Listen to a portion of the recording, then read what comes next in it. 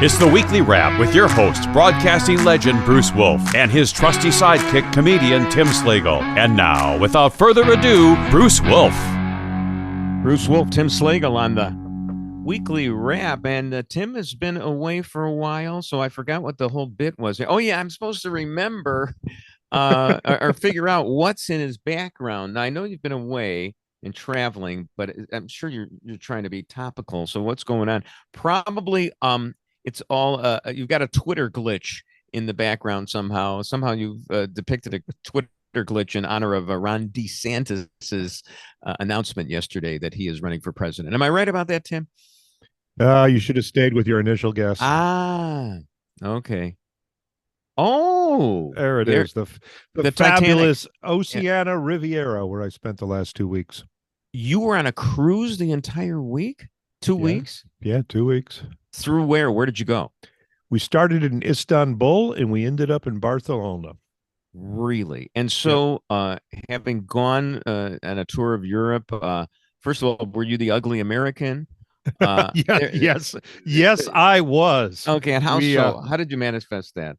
Well, we ended up in a cafe in Cannes, and I was being loud and forgetting that people in France know English because they right. Because that's the only way they get American dollars is to learn English. So may we? Yeah. So there I was at the cafe, and somebody says, "Oh, why do they hate Americans so much?" And I said very loudly, "Well, they hate us because they would have rather been speaking German for the past century." Oh my God! Oh, Sprechen Sie Français? Oh my goodness! And there were a couple necks that snapped around so quickly. And it said, "No, we hate you because of things like that." Exactly. I'm surprised they didn't torpedo the Titanic behind you. Did you get nauseated? I can't go on cruises. I can't play shuffleboard, anything. I'm bunked. The last time I got seasick was about 1992. I went on a whale watch outside of San Francisco, and the waves were huge. They were like 20-foot waves, and we were going up the face of them. And I got pretty seasick then. That was the last time I've gotten seasick. Oh, and you've done since. I mean, have you ever been the entertainment on a cruise? I never have, but I am pursuing that. I met the comedian after the show, and he gave me the info on his agent. So we're in contact. I mean, you right could be now. part of the Love Boat crew. I mean, it could be like cruise director Julie Isaac, Captain Stubing, and there's Tim Slagle, and he will from port to port insult all the locals for you. Okay, so that you'll be running back to the ship. Yeah, it was quite a tour. We were in Istanbul for the Turkish election. We were in Monaco for the Grand Prix, and in Cannes for the film festival. So we saw we weren't there for Eurovision, but all the other big European events we were. So did you time that, or is that just serendipitous that you were completely serendipitous? Yeah, we couldn't. right. The Grand Bazaar had to be closed. They were worried about there was going to be violence. Oh, okay. Well, just turning it to our little political show here. Although, please pepper this whole podcast with the stories about Europe. But I was reading this article by Scott Lincecum in the Dispatch, and everybody complains about our economy, but compared to France of all places, did you know that Mississippi, the poorest U.S. state, has a higher average income than France? No wonder they were so hostile to you. We deserve so much more. Allons enfants de la patrie. Oh my goodness! You didn't see Rick's Cafe in Jackson, Mississippi, did you? Or them singing the Star Spangled Banner in Istanbul, in Turkey right now. The inflation rate is 85%. Oh my goodness! So we have it much better. Incomes in the lowest quintile in the U.S. have risen by 74%, adjusted for inflation, since 1990. Never mind how our in-kind income has raised with cell phones. I mean, I think I'm just spectacularly richer than I was back in those days. I remember being in a band when I was in the early 80s. It was one of the biggest things. We had to pool our money together to buy a little bit of studio time to record a demo track. and how expensive that was. And now it's an app that I don't even use on my phone. Right. Well, I wanted to be in television so desperately, and just to record an audition tape, you had to jump through so many hoops. I mean, nobody had the equipment. You actually had to go to a real television studio. Who's going to give you time? Tim Weigel gave me a little time at Channel 7 once. Oh, okay, but other than that, now you could do it on your cell phone. The only problem is it's not worth it being on television anymore because people use their cell phones. So, okay, I get it. America spends roughly 37% more per pupil on education than the average member of the OECD. I don't know. I have OCD. What is that? It's a club of mostly rich countries. When it comes to post-secondary education, students, it spends twice the average. Millennials, are always worried about the millennials. They're doing as well as older groups did, back when they were millennial age. So everybody's worried about the millennials, but they seem to be keeping pace with the boomers pretty much. Is it? I heard that entry level income is way down though. Oh, okay. And my, and that's most likely because there's a lot of entry level labor streaming over the border every day. Well, there you go. I mean, there you go. I mean, when you got 12-year-olds being hired to do a job that a 45-year-old American wouldn't do. Yeah, and if we give all those 12-year-olds jobs, who will mine the cobalt for our electric cars? Huh? Tell me about it. So, but I mean, some of this reminded me, having the proper perspective. One of your brethren in the comedy club, Louis C.K., he was always eternally marveling at air travel. You know how people complain about air travel all the time, but he was just like, I can't believe I'm flying somewhere. I am worried, I'm thinking maybe with, this good news from Scott Lincecum that Tucker Carlson can stop fretting about truckers being replaced by AI. We're all going to be replaced by AI. So relatively speaking, we'll all be equally miserable, which is the socialist dream, right? So I think we're going to be just fine. Are you as sanguine as I am? You kind of took a leap right there. Are you saying that AI will be piloting airplanes? No, trucks. But they will never let an automatic pilot. I mean, I saw the movie Airplane, and I saw the automatic pilot, and no, they're not gonna. They'll always have to have. It's going to be a long time before we're comfortable with that. But I could see trucks being driven out in in the Dakotas, out in that area. I mean, out there it's like it's like a hot air balloon. You could just you could just stick a truck, turn it on, put a brick on the accelerator pedal, and it'll get to the other end eventually. But it's I cannot think that anyone would trust AI to pilot trucks through Chicago traffic. We'll see. I mean, I never thought I'd have one of those. My Google Maps always drops out in the loop. I always have to make sure to save my directions if I'm going to be going somewhere. Well, when I've gone, I was just on like Lower Wacker Drive a couple of weeks ago, and I felt like I was in the French Connection or something. I had totally lost my Google Maps. I didn't know where, even though I know downtown. It's like, I don't know what to do anymore. Meantime, speaking of that, Lower Wacker was ruined by Google Maps, because before Google Maps, nobody knew about Lower Wacker. It was it was a 70-mile-an-hour freeway underneath the city of Chicago. Right. I thought all they did was make movies down there. I didn't think anybody actually went there. And the homeless lived there.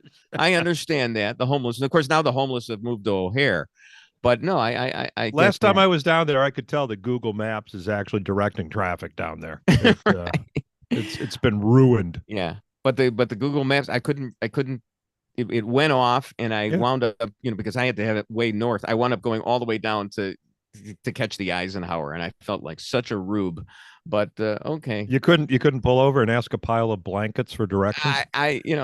They would have wanted money for it. You know that. They're always got a handout there. So Biden, this is a little while ago. So he finally agreed for training for Ukrainians on the F-16 at the G7 summit. Always trying to be just a few months late on these things. And he came up with a new word called de-risking, which I don't think is related necessarily to Desantis, which we found out if paid attention yesterday. We've been mispronouncing Ron DeSantis's name all along, and I'm going to continue to do it. I'm going to be grandfathered in and continue to go DeSantis, but he did that. And it's interesting. I guess he's lampooned somewhat for his errors and for his age, but I remember when Will Ferrell would do his George Bush impersonation at GW and show how much pride he had in getting the names of all these foreign leaders and the places that you just visited. And do they do that on Saturday Night Live now with Biden with every mistake? Because he fell. He actually fell and he righted himself. And I'm wondering what the over under is on Biden just doing, an absolute face plant one of these days with international leaders. By the end of the year, you think it'll happen? Gerald Ford bumped his head once. Right, and he was considered a clot. And Chevy Chase used that for his entire administration as right. Speaking of Saturday Night Live, I was reminded of the Dan a bit because Jimmy Carter is hanging in there. Jimmy Carter, he's been in hospice for 3 months, and I was thinking that a la Saturday Night Live, Dan Aykroyd's imitation when he was asked if he had lust in his heart, and I'm thinking that we'll know it's the end for Jimmy when they bring in Sherry Lewis and Phyllis Newman, those saucy vixens, to be at his bedside. That's one of the funniest SNL bits I remember. That's the people that he had lust in his heart for. But he's hanging in there. Yeah. So Cujo's, as Michael Jordan would say. Did you when you went to France, speaking of Michael Jordan, did you visit the art museum that he apparently called the Luge? Did you visit it or no? I did not make it to the Luge. Yeah, but you were in. Is it Cannes? It's Cannes, right? Not Cannes. It's Cannes. I think it's. Am I right? I think. What does it matter when ugly American Tim is there saying, "We don't care about you. We saved your asses twice in the last century." Bruce Wolf, Tim Slagle on the Weekly Wrap.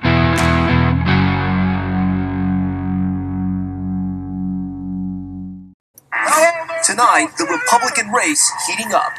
I'm the candidate the far left fears the most. South Carolina Senator Tim Scott emphasizing his own story and leaning into optimism. You have a very positive message. You quote scripture, and yet the two people leading the GOP field right now, former President Trump and Governor DeSantis, they're not afraid to demonize their opponents. Do you think GOP voters want someone carrying a Bible, or do they want someone driving a bulldozer into the Democrats? Bruce Wolf, Tim Slagle on the Weekly Wrap. And Tim, I was told that by Chris, our producer, that he had to use Tim Scott's announcement because DeSantis was so glitchy. We're not immune to that. Here's the thing. I don't think anybody really cares that he came on via Twitter. I didn't. Was it on TV yesterday, or did you listen to it? I didn't pay attention to it. I knew that it existed. Did you? No. He announced. I mean, what else is there to say? Right. He announced what we already knew. Right. We already knew it. I'm going to vote for him.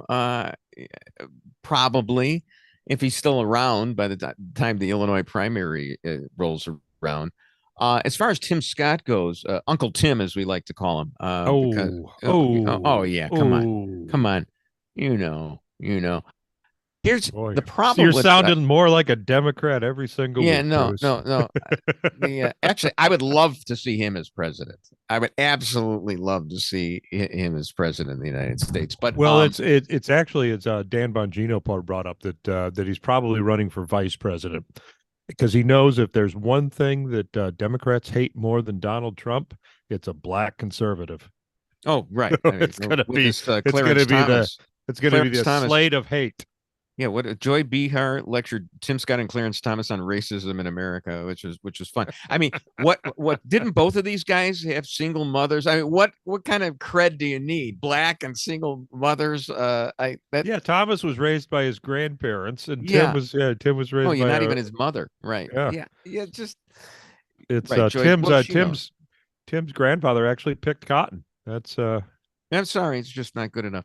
But I saw an Onion headline and it said, yeah, it's better to Republican... smoke dope in a car in Hawaii with a bunch of locos. And I think that Obama, what did he call it? His chum gang? There was a name like Chum Gang, the Chum Gang. Yeah. Well, the great thing about Obama was that he had, remember his biography, his autobiography that he wrote, the one that was critically acclaimed. I forgot what it was called now. Yeah, the one that about the author said born in Kenya. Right. Well, they wanted that him autobiography. to be. Well, they thought he had a PR guy who thought it would be exotic to say that he was born in Kenya. Oh no, he wasn't born in Kenya. No, we changed that Ixnay and the Enyake. So no, Obama's autobiography was great because everybody was saying how authentic it was. Yeah, and it's Dreams from My Father, and and there were these characters who had suffered discrimination that he was involved with when he was growing up in Hawaii. So this guy, Andrew Ferguson, you familiar with the writer Andrew Ferguson, conservative writer for years? He actually compared Dreams from My Father with this opus that was done on a biography about Obama. I forgot who did it. I want to say Brinkley, but I'm not. It may be somebody. Or is there a guy Moranis? Or anyway, it was like 500 pages, and it had everything about his life. And he compared the autobiography, the slender volume by Obama, with the one that was exhaustive that mentioned every person, and he couldn't find anybody that even closely. And remember, Obama tried to characterize this as some of these characters are composites. He tried to cover himself. Well, Andrew Ferguson showed that they weren't even composites. They were just flat out lies. They were flat out made up, probably by Bill Ayers, who probably wrote the damn thing. That's what I think. That's what I remember is that Bill Ayers. You go into Bill Ayers' childhood and you can find all the characters. Right. But the thing is and Ferguson, with his tongue in his cheek, said, well, you can understand he had to make it like something happened, like something was hard for him growing up in Hawaii, other than being part of the Chum gang. The thing about Obama is actually if he really would tell the truth, he did have it hard. He was abandoned by his father. That's awful. And then his mother. Yeah, his mother too. So I mean, it's just off. That's terrible. But no, he wants that narrative where there are people that in his life who were who were victims of racism in Hawaii, which he just couldn't really find, could he? So and then I love he's the one we've been waiting for, and he's the truth teller. I mean, what a hype machine! What an absolute hype machine! My sister tried to move to Hawaii, took her kids and tried to live in Hawaii for a year. And do you know who are the true victims of racism in Hawaii? Haole. Who? White people. That's what they call white people. They're the true victims of racism. Her kid was getting beat up every single day at school. And when she went to the teacher and said, can you stop them from beating up my kid? And the teacher said, hey, he's Haole. Look, I gotta tell you, that's not my experience in Hawaii. Now, true, I was at the Four Seasons in Kaanapali Beach, but that was not my experience. Anyway, so I was thinking for Tim Scott because there was an Onion headline that said, Republicans, wink, wink, have an objection to him, and I actually thought that it was the fact that he was black. But maybe it's because he's a bachelor and Republicans think that he's gay. I don't know. So I was thinking what he could do. This is where, I'm putting the thinking cap on. You got the tinfoil cap. I got the thinking cap, boy. What if he married Hillary and said that she could be the presidential partner that she was during the Bill Clinton administration? I got to think that is the fusion that we are looking for in this country right now. And she would dump Bill in a second. She'd do it. And what about it? Yeah, I mean, worth a shot. All right. Worth a shot. Yeah. Get the ring. Get down on your knee, Tim. Well, that's the thing. I think they're claiming that he does get down on his knee too. I mean, I'm not all right. So, all right. I don't know what they're claiming. I don't know. I'd vote for him. Anyway, as far as Desantis, and it is pronounced Ron DeSantis, you is know, it really? apparently it's not DeSantis, it's DeSantis. You say potato. Boy, that sounds more like so it's more like a product. It's right. Well, now this deodorant, disinfectant, DeSantis. Yeah, right. I agree. Now this Twitter launch, going to see desensitize the right. The okay, place. I'm sorry I didn't let you riff on that. I'm running right over you. That's okay. Well, I missed you for 2 weeks, and so I missed running over you. So they're saying that this launch yesterday wasn't good because there were a lot of glitches on Twitter. It's interesting because what he was talking about primarily, he wasn't talking so much about the economy as he was talking about Twitter, i.e. tech censorship, the social issues. So it was good that he was on Twitter because the medium really was the message that he was delivering. Pardon my Marshall McLuhan. All right. I mean, I remember Obamacare's launch wasn't all that great either. It's hardly going to be fatal. Nobody's going to remember this. And there is polling that while Biden beats out Trump in the key states, the swing states, that DeSantis beats Biden in those swing states. Now, if we can only get DeSantis the nomination, which is the big hurdle. Agree? Yeah. I'm not picking horses in this one, even though no. I understand. Though I think he, and actually I admire his launch on Twitter because it was my biggest concern about DeSantis is that he doesn't have the ability to fight the media like Donald Trump did. Donald Trump was an expert on making the media chase their own tail. But going on Twitter has really it's kind of upset the media. He kind of it almost like he launched a salvo against the media. It's like, I need none of you. Well, right. And that's the way he's doing it. That's the way he's been doing it for the past several months. I mean, he didn't go on their timetable. He's not going to their outlets. He knows that, it's always a setup job. They'll ask him questions that it'll be all about Trump. He won't get what he wants out. And, the politicians have the leverage now. They don't have to, they're not beholden to, to Walter Cronkite anymore. So as far as this polling goes, so there's this, outfit called Catalyst, I believe. They're data crunchers who predicted Obama would win in a walk like in 2012. So they've got a little bit of cred. A key demographic is non-college white women. Okay.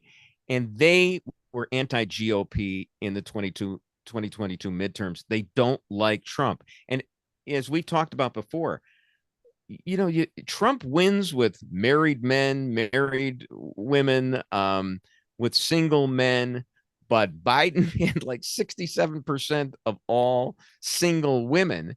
And now you got this subset, I guess, or there's a Venn diagram there's an overlap. Non-college white women are anti-GOP, and it resonates. Where is...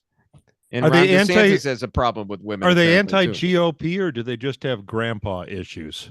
Maybe they didn't get enough $5 bills in their birthday cards, huh? Well, there's all that. Look, you're preaching to the choir on that one. Anyways, food for thought. Bruce Wolf, Tim Slagle on the Weekly Wrap.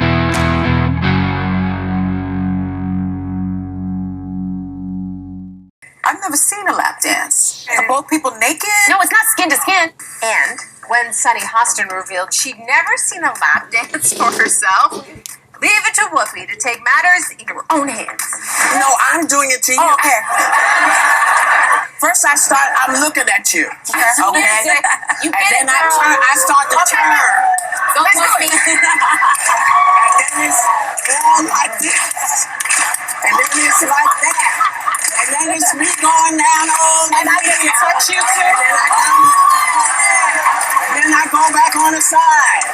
Bruce Wolf, Tim Slagle on the Weekly Wrap. And Tim, I gotta say, oh my God. Whoopi Goldberg gives you a lap dance, I don't think that's cheating. I don't think so. No, I think it's a public service. Excuse me. But yeah. Well, I guess that would depend on your wife if you survive. Right, exactly. If you actually make it home.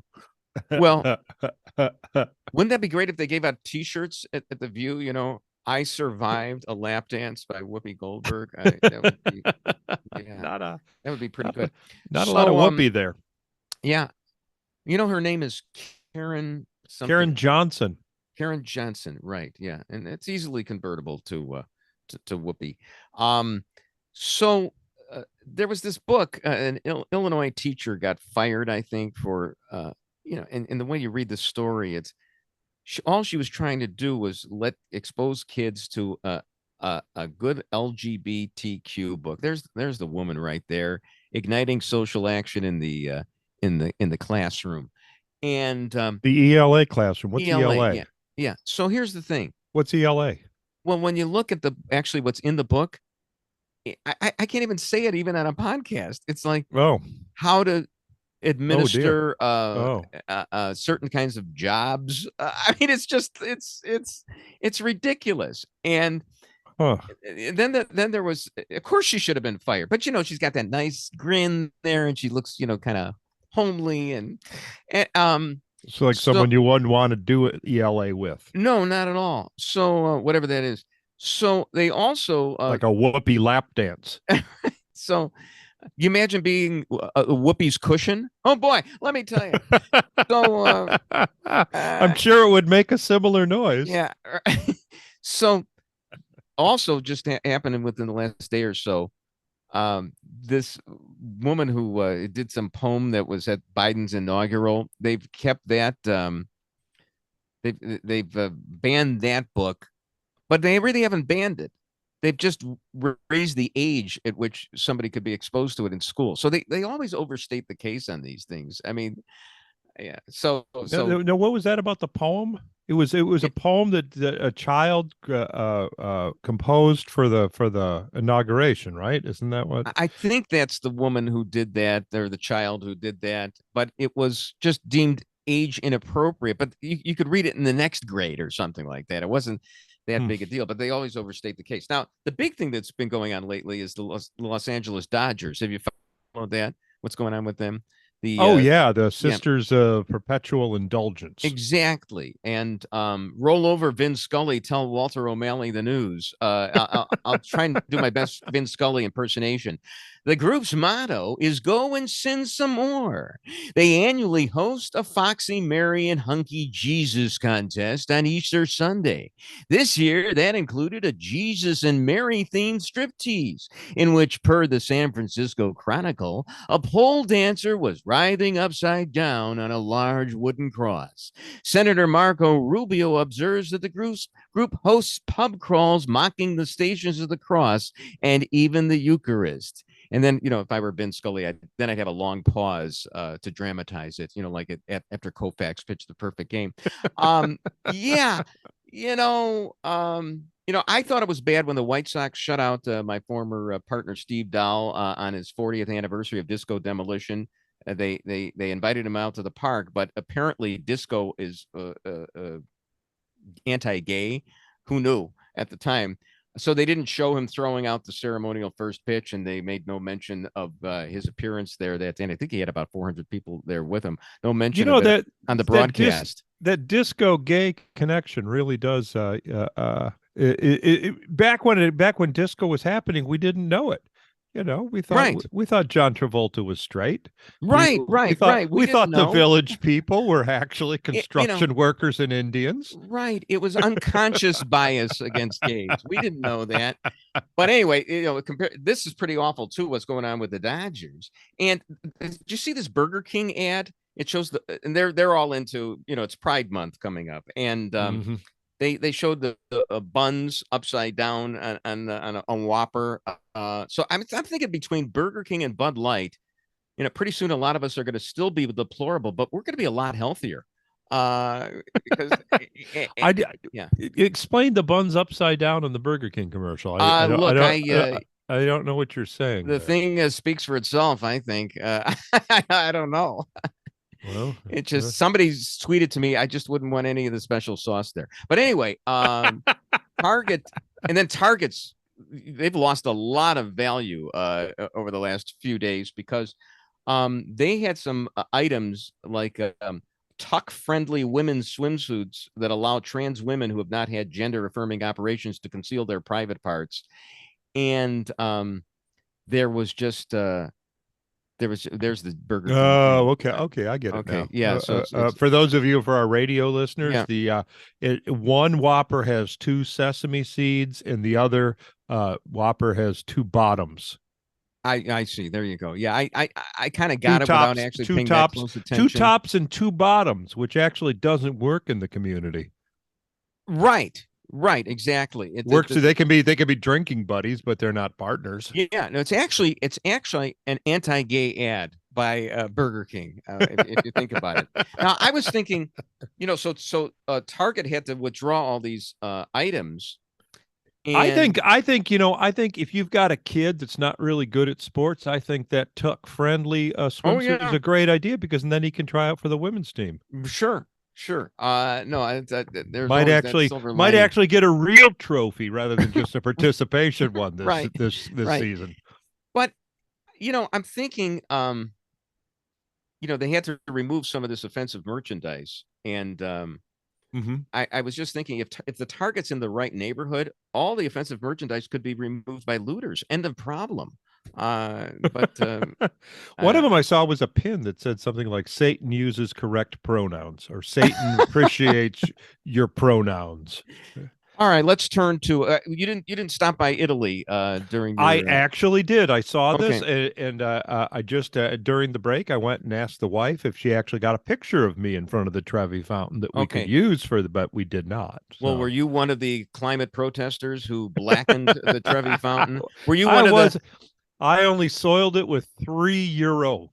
Well, see, I was thinking, you were one of the 3 clowns in the fountain. I mean, how could they do that? How could they do that to the Trevi fountain of all things? Is it beautiful? The Trevi fountain? Oh man, I learned something that I did not realize. Did you know that the aqueducts are still being used by the people of Rome? The aqueducts are still running. Yeah. And the Trevi fountain does not have a pump. That's actually the end of the aqueduct. Oh, unbelievable. Do they still have gladiator races in the Colosseum, Tim? Do you like those? Do they still have chariot races? Yeah. And the guide actually pointed out, she said you can still drink it. The water is so clean that it's drinkable. That you can actually back to the Colosseum.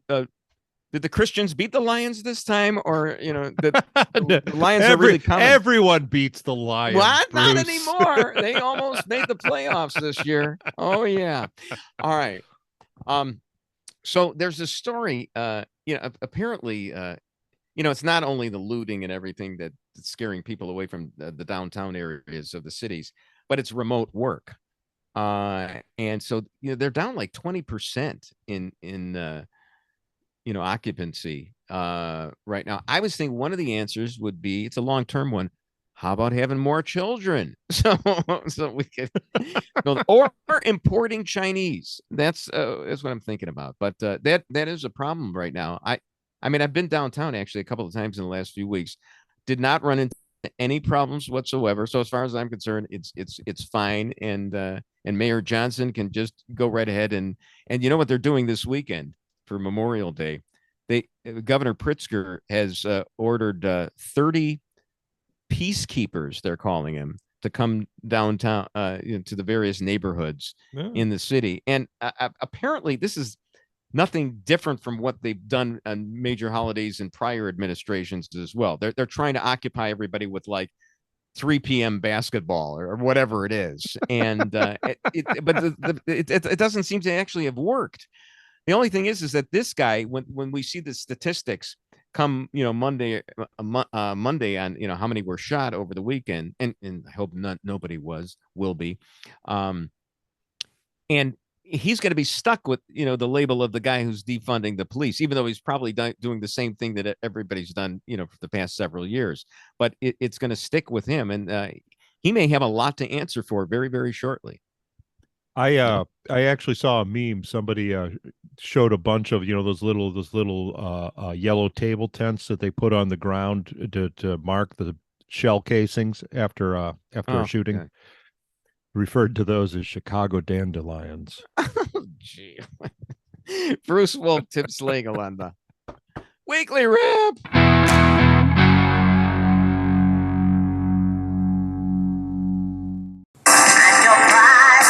A dancer for money, do what you want me to do. I'm your private dancer, a dancer for money, and any old music will do. Bruce Wolf, Tim Slagle on the Weekly Rap. Big Tina Turner fan, Tim? No, not at all. No, so I you racist bastard.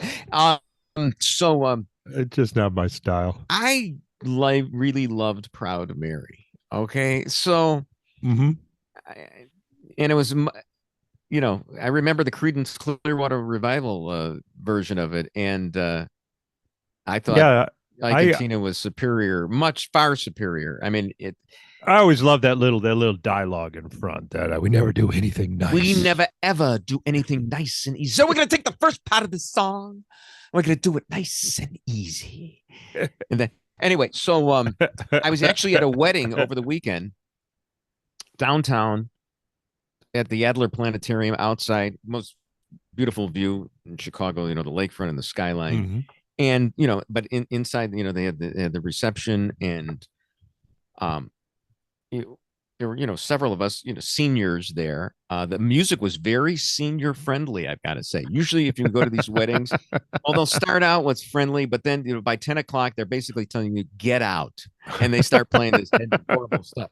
But one of the songs they played was Proud Mary. I mean, they had a great band there. It wasn't just some DJ or a keyboard guy. There was a keyboard guy and drums and brass and guitar, and it was really good. So they're playing Proud Mary, and of course, you get to the part where, when we start doing it nice and rough, lift a good job in the city, rolling, and I do the Tina part where, she's shaking her head down and practically going down to the ground and going back up and down, up and down. Well, they thought I was having a stroke, and they brought the paddles over, and I said, no, I'm just doing Tina. That's all. I wouldn't want to see a video of it because I'm sure that I wasn't going as far down as I thought I was. I was probably just bobbing my head a little bit. Sure. But even that. But anyway, you'd probably actually look at the video and go, "Oh my God, I'm surprised they didn't get the paddles." Right. It's just so. Yeah, I did like that song, and I didn't. The '80s comeback. It just wasn't my. I didn't. Wasn't my brand. No, to me, Tina Turner's era is like 1972. That's it. For a few months, but they were a few great months. So Tim, I had a friend that had a joke in the day, and it was I think I can say this. Well, we'll Sure. bleep it if you can't. Is that Ike Turner's actually going to do an album with Sonny Bono? It's going to be called "Where'd Our Bitches Go?" Yeah, right. Sure. Yeah, right. Yeah. It's funny. I just saw a picture of Cher and Tina Turner on some special back in the day. Yeah. No, don't get me going on Gypsies, Tramps, and Thieves, and that's a great song too. So anyway, we don't know. We don't know. Cher might have died years ago. It's there's so much plastic there that this is how old we are now. Somebody tell me what year she finally won the Academy. She won an Academy Award for Moonstruck. And I mean, it was pretty good. A singer turning into an actress. But I got to think that's got to be 25 years already. No, that's got to be 40. That'd be 40 years. You think? Yeah, I think Moonstruck is probably about 40 years ago. Yeah, I don't think it's. And that was not the one. That was not the one with the kid with the funny head, right? That was a different movie. Was that Cher? Oh, right. Yeah, I remember the kid with the funny head. Yeah. I don't know if she got it. I don't know if she got it. We should resurrect Siskel and Ebert. We should do our own version where we don't know the names of the movies, and we're just talking about what's that movie where the guy had the sled that was named after the girl Yeah, that's one. Elephant Man, isn't that Elephant Man? I want to No, say that wasn't Elephant. I think it was the same disease, but different movie. The Elephant Man movie was the guy that was like he was rescued as a circus freak and then turned into a collegiate science freak. Oh, this one's Mask. Chris is telling us. Chris, Ah. also, get this train wreck back on, or this shipwreck.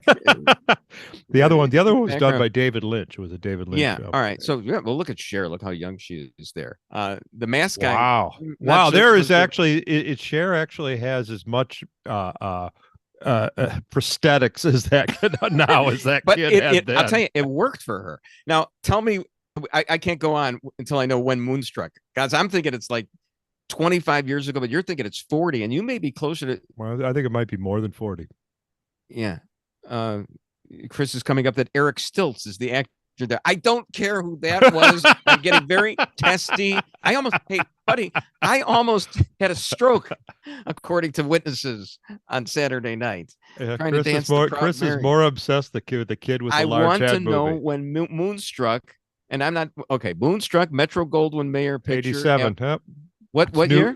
87. So it's 87. So we're looking at 36 years ago. 36. So yeah. All right. Closer to 40 than 20. No, but I think you overbid. So I think I win on the Price is Right. I'm not really sure. I'll rig it. I don't even know what Moonstruck was about. To be honest it was with a you. great movie. I can't remember, but it was really good. Because that kid kind of looked like Mac Tonight. Yeah. You know what? Moonstruck is one of those movies I actually saw in a movie theater, and I can't remember the last time I went to a movie in a movie theater. Didn't you go see? Here again, this is Siskel and Ebert Redux. The guys don't know the names of the movies, and they don't even go to them. Can't make fun of your bald head or girth, but I've so far. I went to a movie recently. Yeah, what was that? It was I don't know the name of the movie. Of course not. But it was Avatar 2. Oh, okay. All right. There you go. Way of Water. Is that The Way of Water? I didn't even see the first one. When Cameron's films are always The Way of Water. Oh, okay. It's because they're so long you have to find a spot in the movie where you can make The Way of Water. I see. And I actually looked it up. They actually there was actually a website where they told you the best place to actually. Well, I mean, Cameron did Titanic, right? I've told you this story before. Can you tell the story that I'm going to tell right now? No, I don't. Stop me because you have heard it. I'm sure I have. Titanic, it's 3.5 hours. Everybody's got these gigantic. Don Lemon was not in that film, though. No, he wasn't. There were, everybody has their 64-ounce beverages. The movie's 3.5 hours. Obviously, at the end of the movie, when it ends, everybody rushes to the laboratories, the facilities, and there was a gigantic line, and I yelled out, "Women and children first!" So I thought that was they never made the cut in the movie. Actually, it's actually if there's ever been a reason to bring back the intermission, Titanic was it, because because just about the time the 64-ounce beverage is gone, is the part of the movie where the cold water starts rushing in. Right. It gives you the idea. Either that or wear adult diapers. So here's something not ready for that yet. I am not. Thank goodness. I am not ready to relieve myself in the theater seat. No, not yet. Right. I'm sure that day will come. Oh, it's coming. So there was an announcement the other day that the Peacock network, that you got to buy, you have to subscribe to, is going to have one National Football League playoff game this coming year. I mean, so there will be one game you have to pay for. Well, I mean, and I'm thinking this is racist. You see the helmets, the NFL players end racism and everything. This is going to disproportionately impact poor people who can't afford to subscribe to Peacock for one lousy football game. And yet they're going to do that. We entertain all the notions of Colin Kaepernick all the time. And, we're putting our knee down during the national anthem. What about this football game that black people and other poor people aren't going to be able to see? Not that all black people are poor people. You know what? If what you're saying is true, Bruce, that black people do not subscribe to streaming networks, 99% of their programming has no audience. Well, yeah, that's for sure. So there used to be, you don't know, which reminds me, there's where did I see this? Is one of the women that was on Bridgerton. Did you see this? They, at the coronation, said she was a star in Bridgerton, and she was allowed for some network to actually do play-by-play for the coronation. Right. And she's like, "Wow, I never realized how many white people there are in that family." So Hamilton casting has really left a void in people's knowledge base. Oh yeah. I actually saw Bridgerton, and I even tried to watch the latest season, and I just couldn't take it. Although you know what? I confused Bridgerton with the Catherine the Great one, where it's all about having sex, but they're conflating. Did the Catherine? I haven't seen the Catherine the Great one. Yeah. I did just one question about it. Is there a bull? Well, Catherine the Great she actually says that she protests and says, "I did not have sex with a horse." You know, but it's as unconvincing as Clinton talking about that woman, Monica Lewinsky. Anyway, I just wanted to close by saying that there was this morning radio personality, the most popular one ever in the history of Chicago, Wally Phillips, who used to buy up the leftover Bears tickets that hadn't sold by the time of the deadline to keep to allow the game to be on television, and he would get a benefactor to do that. So Wally, where are you now? There you go, for sure. Where are you now to buy subscriptions for people to Peacock so we can watch the one NFL playoff game? And on that very sad note, Tim, we're glad to have you back. Don't take another trip on a ship in the near future. Bruce Wolf, Tim Slagle on the Weekly Wrap. And that's the Weekly Wrap on radio and television. Follow Bruce at Bruce Wolf Shy on Twitter and Tim at timslagle.com. The Weekly Wrap with Bruce Wolf, a CP Pods production.